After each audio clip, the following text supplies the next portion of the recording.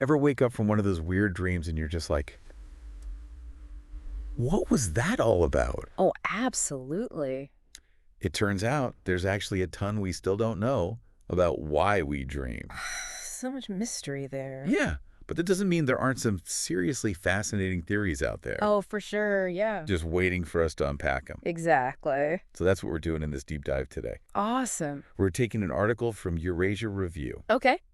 It's called Why We Evolved to Dream at Night and What Dreams Mean Analysis. And we're really going to dig into it. That was good. Exploring leading theories about dreams, Yeah. why we have them, what's going on in our brains when we dream. Mm-hmm. And then we'll get into some of the really strange dream phenomena that scientists are still scratching their heads over. Always love that part. I know, right? It's like a journey into the depths of our own minds. Couldn't have said it better myself. So let's start with some basics. Okay. We all dream, right? Yeah. Multiple times a night. Even that. We usually can't remember most of them. Right. But what I find so interesting is that the types of dreams we have Yeah. actually change throughout our lives. Yeah, absolutely. That's so true. Just like we do. They mirror our age Yeah. and what we're going through at any given time.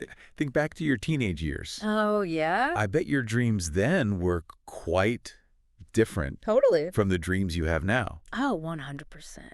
No more high school math tests for me, thankfully. Fully. But here's a mind-blowing fact from the article. Okay. Over a lifetime, we could spend 5 or 6 full years dreaming. Wow. That's a pretty substantial chunk of time spent in the dreamscape. That really underscores how fundamental dreaming is to the That's- human experience, Oh. even if we haven't really cracked the code yet on Yeah. its purpose. Exactly. And that brings us to the million-dollar question.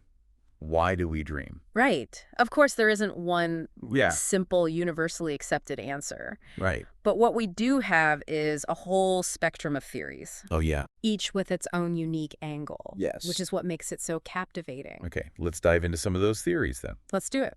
One that I thought was really interesting is that dreams actually function as our emotional processors, Interesting. helping us work through stress and anxiety. Mhm. Have you ever noticed how your dreams can get more vivid Oh, yeah. or even stressful when you're going through a tough time in your life? For sure. Yeah, that's a great observation. Yeah.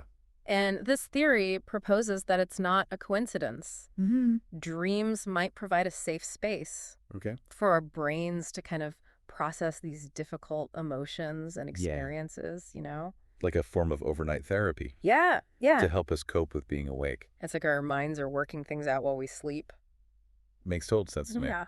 Yeah. Another theory that I always find intriguing is the idea that dreams help consolidate our memories. Yes. Almost like our brains are running a nightly file system backup. Yeah, the memory consolidation theory. Think of it this way.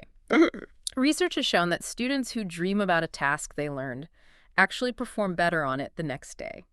Wow. So it suggests that dreams aren't just passive replays of our day, but they're actually actively contributing Yeah, to how we store and learn information. that's incredible. It's like our brains are strengthening those important Yeah. neural connections while we sleep. Wow, so cool. Yeah. Then there's the theory that dreams could be a way for us to prepare for threats, Okay. like a mental rehearsal for potential dangers. Exactly, like a built-in simulator Yeah. giving us a chance to practice Right. reacting to different situations. What if our ancestors, dreaming about saber-toothed tigers, Right. were actually honing their survival skills? Yeah, we can't know for sure, Wow. but it's a really compelling thought. I know, it makes you wonder how much of our evolution is tied to our dreams. Yeah. Now, this next theory really speaks to my creative side. Oh, okay. The idea that dreams can boost creativity and help us unlock solutions and insights that we might miss while we're awake. The classic example is Auguste Kekulé, the chemist who finally understood the structure of the benzene molecule after dreaming of a snake biting its own tail. I love that Just story. talk about an aha moment. And a career breakthrough. Absolutely. But then we have the flip side, Okay. the theory that dreams are basically just nonsense. Right. The waste product Yeah. of our brains cleaning up mental clutter. It's an idea that has a certain elegance to it, you know, Uh, in its simplicity. Taking out the mental trash. Exactly, just hitting the delete button. Okay, so we've explored some of the big why questions Yeah. surrounding dreams. Mm-hmm. But what about other species? Do animals dream?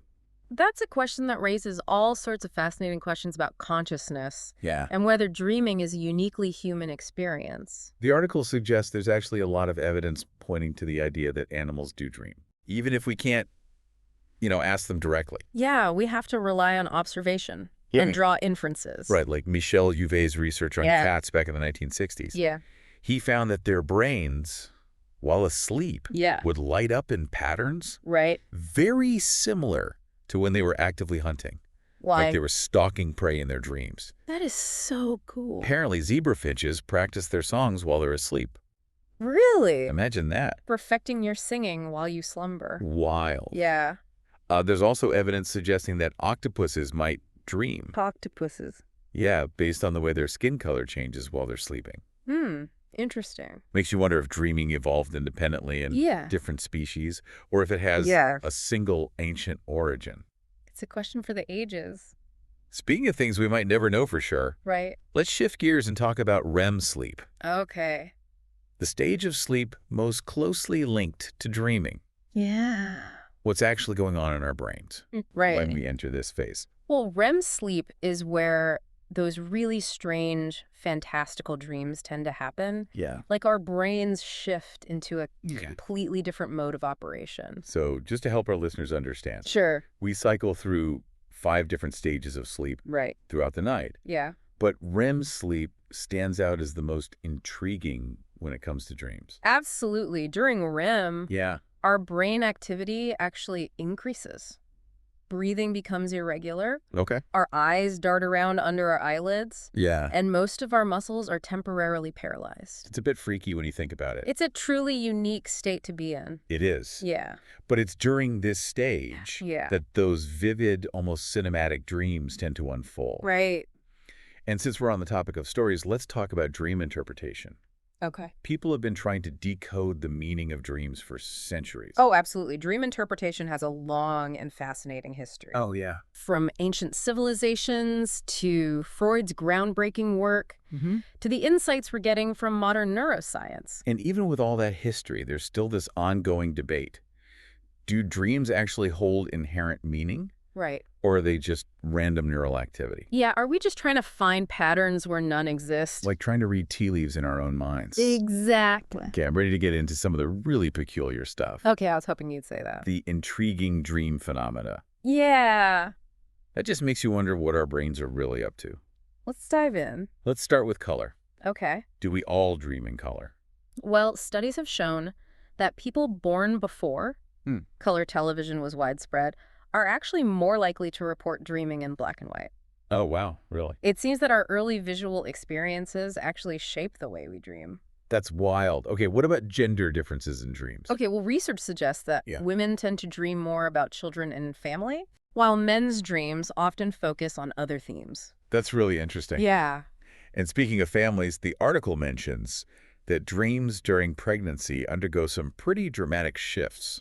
Yes, especially in the 3rd trimester. Yeah. Pregnant women often report having more vivid dreams. Uh-huh. And those dreams can sometimes be unsettling. Yeah, what kinds of things? They often revolve around childbirth and the anxieties and expectations that come with becoming a mother, It's like their minds are preparing for this monumental life change on every level. It makes sense when you think about it. It does, yeah. Okay, let's shift gears to a topic that can be a little uncomfortable. Okay. Nightmares. Right. We all have them occasionally. Do. But what causes them? Nightmares can be triggered by a whole range of things. Yeah. From everyday stress and anxiety to deeper traumas. So it's almost like our deepest fears and anxieties are bubbling up to the surface. Yeah, it's like they're bubbling up in our dreams. And for some people, nightmares can be a real problem. Right. It's disrupting their sleep, affecting their well-being. Right. I'm glad the article brought up the fact that there are therapies, like imagery rehearsal therapy, that can actually help. This type of therapy helps people essentially rewrite their nightmares. Oh, wow. Replacing the frightening content with more positive imagery. Interesting. It's like retraining your brain to dream differently. Okay, now for a question that I'm sure many of our listeners have wondered about. Okay. Lucid dreaming. Yes. Have you ever had a lucid dream? I haven't, unfortunately. Yeah. But the idea of being aware that you're dreaming and even being able to control the dream is definitely fascinating. It's like becoming the director of your own mental movie. Exactly. The article mentions that while there isn't a scientifically proven method for inducing lucid dreaming, many people believe it's possible to train your mind to achieve this level of dream awareness. It's certainly an area ripe for further research. For sure. Yeah. Now, here's another fascinating thing about dreams. They can tap into both our recent and distant memories. It's true. So we're not just reliving the events of the previous day. Not necessarily, no. There's the day residue effect, where elements of your day might pop up in your dreams. Yeah. But there's also this dream lag effect, where memories from days or even weeks ago can suddenly emerge. Wow. It's as if our dreams are weaving a tapestry from the threads of our entire past. I love that. That's beautiful. Yeah. But if our dreams are drawing on so much information, why do we forget most of them? That's a question that continues to baffle scientists. We know that within minutes of waking up, most dreams just fade from memory. Some people seem to have a knack for remembering them more vividly, though. Yeah, like what's their secret? Well, the article mentions a technique used by the surrealist painter Salvador Dali. He would fall asleep holding a key over a plate. What? When the key slipped from his grasp, the sound would wake him up. Oh, okay. And he'd immediately sketch whatever he remembered from his dream. Wow, that's dedication. Talk about dedication to your art, right? It makes you wonder what insights we could all gain if we could tap into that level of dream recall. It's a tantalizing thought. It is. Yeah. Makes me wonder about people who don't dream at all. Do those cases exist? There are, people with a rare condition called Charcot-Wilbrand syndrome experience a loss of the ability to dream. Oh, wow. Often due to brain damage. These cases really highlight how complex and delicate the neurological processes behind dreaming are. Absolutely. And speaking of neurology, let's dive into the neuroscience of dreams. Okay, let's do it. What can brain science tell us about what's going on when we dream? Well, it's a relatively new field of research. But neuroimaging techniques are allowing scientists to pinpoint specific brain regions that are active during dreaming. So we're starting to map the dreamscape within our brains. We are, and research suggests that different hemispheres of the brain actually play different roles in dreaming. Oh, really? The left hemisphere might be more involved in generating the content, while the right hemisphere contributes to the vividness and emotional intensity. So it's a true collaboration. It is, a collaboration between different parts of our brain. Okay, this next one really caught me off guard. Okay. You can actually experience pain in your dreams. It is surprising, isn't it? Yeah, I would have thought dreams offer an escape from pain, not an extension of it. But studies have shown that people can experience realistic pain sensations in their dreams. And it's especially common in people who deal with chronic pain in their waking lives. That makes sense. It really challenges our assumptions about pain and how our brains process it. Yeah, it makes you wonder if there might be a way to use dream states to manage pain. Or even rewire our responses to it. It's definitely a possibility that researchers are exploring. Okay, let's talk about a topic that often shows up in dreams, even if it's not something we like to dwell on. Death. Death is a universal human experience, so it makes sense that it would weave its way into our dreams. Yeah, the article mentioned that people who have attempted suicide or struggle with suicidal thoughts often have dreams with death-related themes. That's right, but it's also interesting to consider the phenomenon of dreams to the rescue, observed in some terminally ill patients. In these cases, dreams seem to offer a sense of hope, reconciliation, and even positive emotions as these individuals face their own mortality. Wow, that's powerful. It's as if dreams are providing a source of comfort and solace during a tremendously difficult time. It is, yeah. And then there's even speculation about a possible final dream after death. Neuroscientist Rahul Jandil has observed that in the moments after the heart stops, the brain's electrical activity can surge in patterns that resemble those seen during dreaming and memory recall. That's like... It's as if our brains are replaying key moments from our lives one last time. That sends chills down my spine. It really makes you think about the enduring power of the human mind, even as the body shuts down. It certainly does. Yeah. Okay, before we move on, I'm curious about how our romantic relationships show up in our dreams. Okay. Is there anything we can learn about ourselves from the way our partners or love interests appear in our dreams? This is where the concept of attachment styles comes in. Okay. Our early childhood experiences with caregivers shape our attachment patterns. Right. And those patterns can often manifest in our dreams. So if someone has a secure attachment style, yeah, they're more likely to have dreams that reflect those feelings of safety and connection. exactly. Their dreams might feature positive interactions with loved ones. A feeling of being supported, and an overall sense of well-being. But what about people with insecure attachment styles? Their dreams might be more likely to involve conflict, anxiety, or feelings of rejection or abandonment. Makes sense. It's almost as if their anxieties about relationships are playing out in the dream world. The article also mentioned something that I found surprising. Even people in happy relationships often have dreams about infidelity. It's a surprisingly common theme. So what's the explanation? Some researchers believe that these infidelity dreams might be reflecting deeper anxieties about intimacy, commitment, or even the fear of loss. It goes to show that dreams can be incredibly complex and multifaceted. They certainly are. Okay, I think we've covered a lot of ground here. We have. But there's one last question I can't resist asking. Can dreams predict the future? The age-old question of precognitive dreams. I've definitely had those moments where I felt like I had dreamt something before it happened. Right. The article mentioned déjà rêvé, that eerie feeling of having already dreamed an experience. Exactly. It's a fascinating phenomenon. It is. And there have been so many anecdotal accounts throughout history of dreams, seemingly predicting future events. Like Abraham Lincoln is even said to have dreamt of his own assassination. Exactly. But are those just coincidences, or is there something more to it? That's where things get tricky. Yeah. There's no real scientific consensus on whether precognitive dreams are real. It remains a mystery. So we're back to the realm of the unknown. We are. I love it. But here's an interesting perspective to consider. Neuroscientist Siddhartha Ribeiro has proposed that dreams might function as probabilistic machines, simulating possible futures based on our past experiences and current anxieties. So it's not necessarily that our dreams are literally predicting the future, but rather that they're exploring a range of possibilities. And sometimes those possibilities happen to align with real-life events. Exactly. It's like our brains are running through various mental simulations, and every now and then one of those simulations just hits the mark. That's a mind-blowing concept. It is. It really highlights just how complex and adaptable the human mind is. It certainly does, and it's a reminder that even with all the scientific advancements we've made, there's still so much we don't understand about the inner workings of our own minds. Totally. Especially when it comes to dreams. It really makes you think, like, how much do we still have to learn about our own minds? Absolutely, and especially when it comes to dreams. Exactly. I mean, this deep dive has definitely given me, and hopefully you, our listener, some serious food for thought. Yeah. Maybe it'll even inspire you to pay a little closer attention to your own dreams going forward.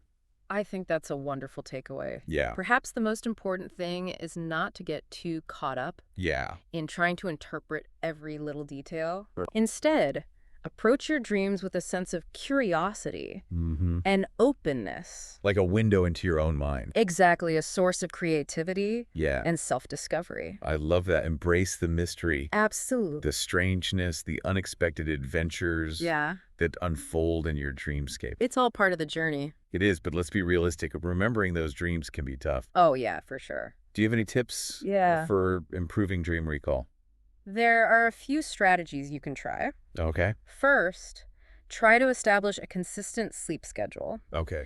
Going to bed and waking up around the same time each day helps regulate your sleep cycles, which can have a really positive impact on dream recall. So it's about creating those healthy sleep habits. Yeah, exactly, those healthy sleep habits. What else can we do? Keeping a dream journal can be incredibly helpful. Okay. Just keep a notebook or your phone by your bed, and as soon as you wake up, just jot down anything you remember. Even if it's just fragments or keywords, you might be surprised how those little snippets can trigger more detailed memories later. Like capturing those elusive dreams before they fade away. Exactly, yeah, exactly. And finally, what about our bedtime routine?